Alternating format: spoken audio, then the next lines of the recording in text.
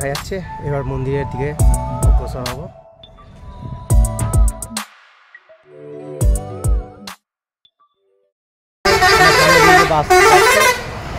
এটা হচ্ছে বকখালি যাবে, আর এই লাক্সারি বাস ছাড়াও এই রুট দিয়ে, এটা বেহালা রাস্তা, এই রুটে আসছে হাওড়া থেকে বা শিয়ালদা থেকে যেখান থেকে আসতে পারেন।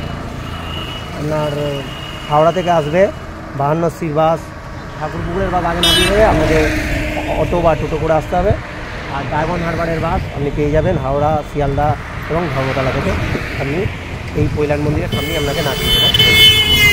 ঠিক আছে, কিছু খাবারের স্টল, দোকান, ডাব। তো এখানে আপনারা ব্রেকফাস্ট সেরে নিতে পারেন মন্দিরে ঢোকার মুখে। একদম রাস্তা থেকে স্বামীনারায়ণ মন্দিরের ভিউ।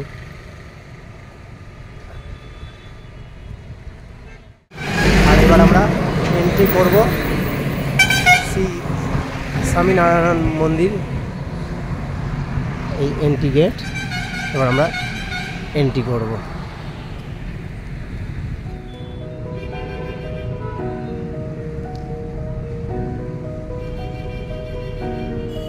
এটা হচ্ছে মন্দিরে যাওয়ার রাস্তা। রাস্তার দুধারটা খুব সুন্দরভাবে সাজানো আছে।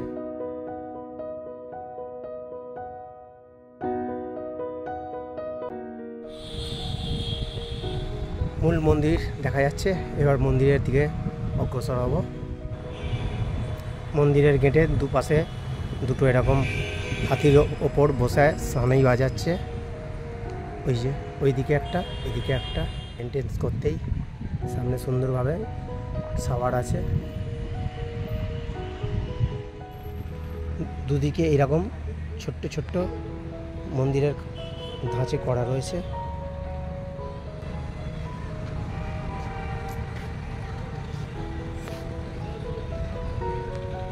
মন্দিরের দু সাইডেই এইভাবে তোরণ করা আছে, সুন্দরভাবে বাগান সাজানো আছে। আর এই বাগানেতে রেপ্লিকা দেওয়া আছে হরিণ, ময়ূরের। যে হরিণ ময়ূরের রেপ্লিকা দেওয়া আছে। গুজরাটে স্বামীনারায়ণ সম্প্রদায়ের সংস্থার দ্বারা নির্মিত শ্রী স্বামীনারায়ণ মন্দির একটি হিন্দু মন্দির। এটি বিশ্বের 5টি মহাদেশের বিভিন্ন স্থানে প্রতিষ্ঠিত হওয়া 44টি মন্দিরের মধ্যে অন্যতম।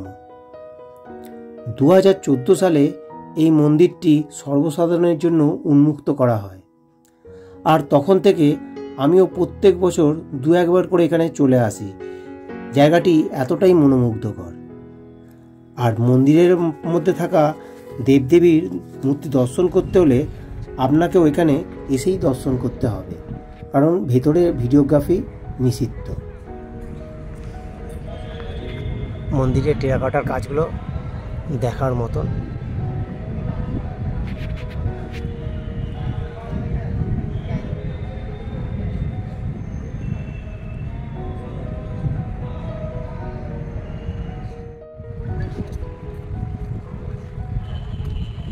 ওই যে মূল মন্দিরের চূড়া টেরাকোটার কাঠে ফুটিয়ে তোলা হয়েছে। বিভিন্ন দেবদেবী, ঋষি মুনির প্রত্যেকটা ধাপেতেই রয়েছে। এরকম দেখাবো উপর অব্দি একদম। এভাবে উপরেও আছে, আর একদম উপরে চূড়ায় পথ করে উঠছে মন্দিরের ধ্বজা।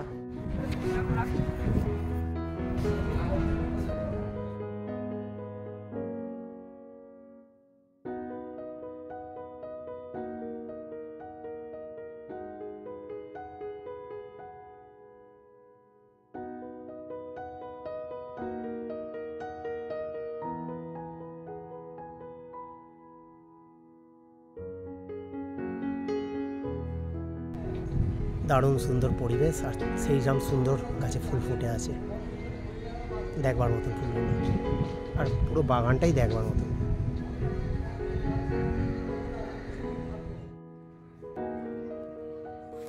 বিভিন্ন দেশে যে সকল শ্রী স্বামীনারায়ণ মন্দির আছে তার কিছু এখানে ছবির মাধ্যমে তুলে ধরা হয়েছে।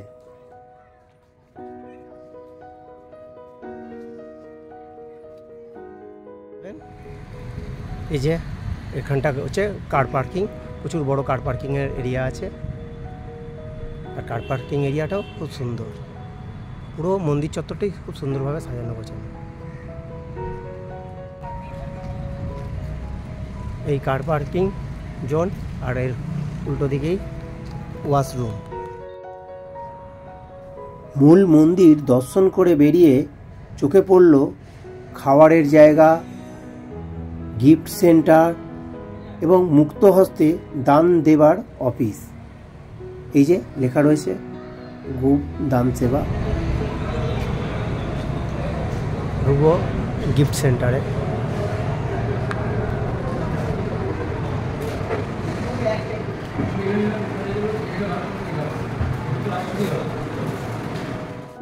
খুব সুন্দর সেন্টের গন্ধ ছাড়ছে এই ধূপের।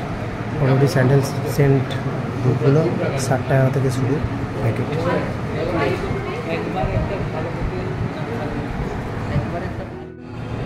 এটা খাবারের জায়গা, ভেজিটেরিয়ান স্বামীনারায়ণ।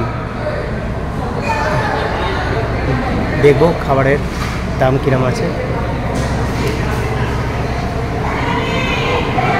পরে খাবারের দাম লিস্ট দেওয়া আছে, এত তো মুখে বলা সম্ভব না, তাই দেখিয়ে দিচ্ছি যে কী কী দাম আছে।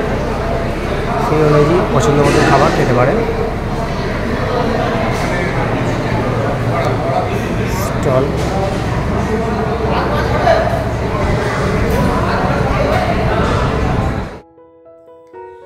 মন্দির চত্বরে প্রবেশ করার নিয়মাবলী, মন্দিরে প্রবেশের সময়সীমা, আরতির সময়, এছাড়া পার্কিংয়ে কি চার্জ পড়বে তার বিবরণ স্ক্রিনে শেয়ার করে রাখলাম।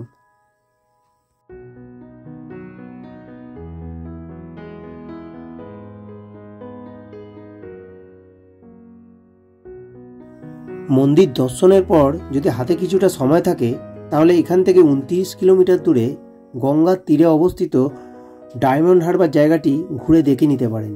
যেতে সময় লাগবে ঘন্টাখানেকের মতন। আর এই ডায়মন্ড হারবার যাওয়ার বাস মন্দিরের সামনে থেকেই পেয়ে যাবেন। আর ডায়মন্ড হারবারের উপর তৈরি একটি ভিডিও আছে, তার লিঙ্ক ডেসক্রিপশন বক্সে শেয়ার করে রাখলাম।